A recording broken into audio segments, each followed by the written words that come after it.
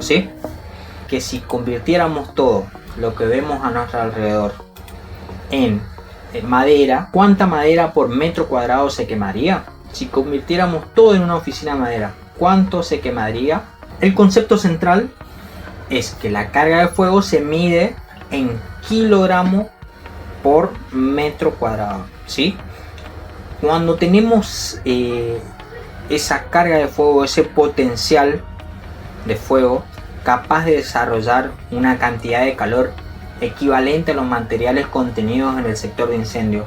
Tienen que imaginarse, así como lo ven en pantalla, es en una balanza en la que 1 kilo de todo lo que está a su izquierda, ¿sí? De esta manera, ahí lo voy a marcar, todo esto que ven ustedes aquí, una silla, papel, cartón, tinta, pintura, lápices, tijeras, la computadora, todo eso se lo tiene que plasmar en una lista.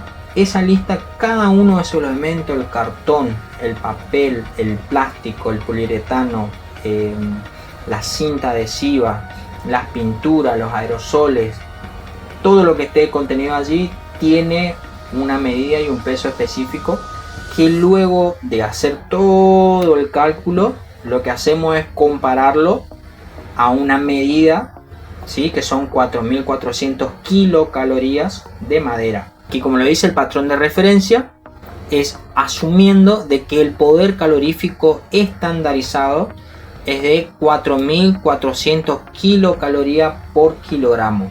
Teniendo en cuenta lo anteriormente expuesto y que yo le había dicho de que la madera, el papel, los plásticos y los combustibles, en este caso como la nafta, tienen un poder calorífico que se mide, en este caso aquí está en megacalorías. Esto ya lo vamos a ver más adelante, lo tenemos que pasar a la unidad de medida de kilocalorías por kilogramo, ¿sí? Esto básicamente se tiene que pasar, se multiplica por 1000, ya lo vamos a ver en una listita que le he armado allí, y básicamente es que 1 kilo de madera equivale a esto, ¿sí? Y ahí tenemos la referencia, ¿sí? Pero no todo arde igual. La madera tiene 4.400 megacalorías por kilogramo, el papel tiene 4.000, los plásticos tienen de 10.000 a 11.000 y la nafta, que es altamente inflamable, tiene 10.500, ¿sí? Van a ver que estos son patrones de referencia, patrones que ya está estandarizado por las normas IRAM. No es algo que tengan que inventar, no es algo que tengan que deducirlo ustedes, porque eso ya está estandarizado, ¿sí? Los pasos a tener en cuenta: la sectorización del plano del croquis que nosotros tenemos de aquel establecimiento sucursal que nosotros tenemos que hacer la carga de fuego. Tenemos que sectorizarlo, dividir cada uno de los sectores como algo único y no todo en su conjunto, ¿sí? Esa es la fase 1, lo que es la sectorización. Luego en la fase 2 tenemos el inventario y riesgo, relevar y cuantificar las masas de materiales que hay allí en cada sector: madera, plástico, solventes, todos los materiales que nosotros podamos ver, papel, cartón, ¿sí? Y hacer una lista de todo lo que vemos, hacer un inventario de esta manera de los materiales combustibles, los sólidos, los líquidos presentes en el sector. Luego tenemos, una vez que hagamos el inventario, tenemos el cálculo matemático, aplicar la fórmula que está en la normativa. La manera es para convertir el inventario físico, todo lo que vimos en la fase 2, todo lo que nosotros enumeramos que hay en el lugar de estudio, y de esta manera darle un valor unificado que se llama carga de fuego, representado en kilogramos por metros cuadrados, ¿sí? Y luego en la fase 4, cuando ya hicimos todos los cálculos, ya es la mitigación y diseño, ¿sí? ¿Qué quiere decir esto? Ya una vez que nosotros tenemos todos los sectores compartimentados, ya tenemos todos los sectores con la carga de fuego, qué extintor necesita, cuáles son los anchos de salida, las vías de escape, ya nosotros podemos establecer dónde tienen que ir los matafuegos.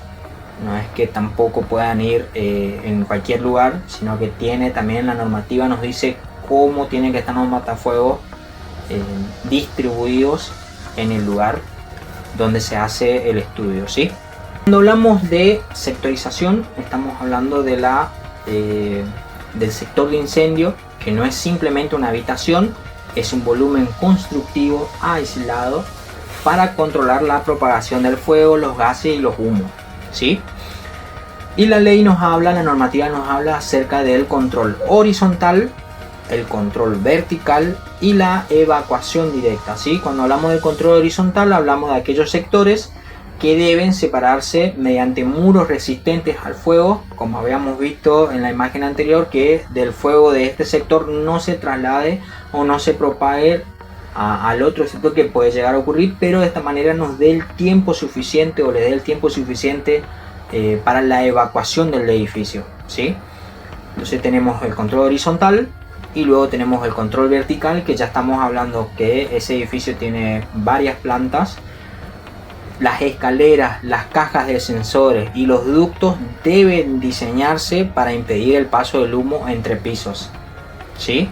Tienen que tener una forma constructiva de tal manera de que no se propague a través de los huecos de ascensores o a través de los ascensores o las escaleras, ¿sí? Luego tenemos la evacuación directa, que tiene que estar señalizado, tiene que ser de fácil acceso. Las personas que no conocen el edificio tienen que poder ver y observar por medio de la cartelería dónde tienen que evacuar, ¿sí? Esto es más lo que habíamos dado anteriormente, teniendo en cuenta lo que es el poder calorífico, que todos los materiales no arden de la misma forma o no tienen el poder calorífico de la misma manera, ¿sí? Aquí lo podemos ver en pantalla. Todo lo que sea textil y papel es 4000 kilocalorías por kilogramos, es lo que el poder calorífico que tiene. La madera, bueno, en este caso 4400 kilocalorías, que es la referencia base.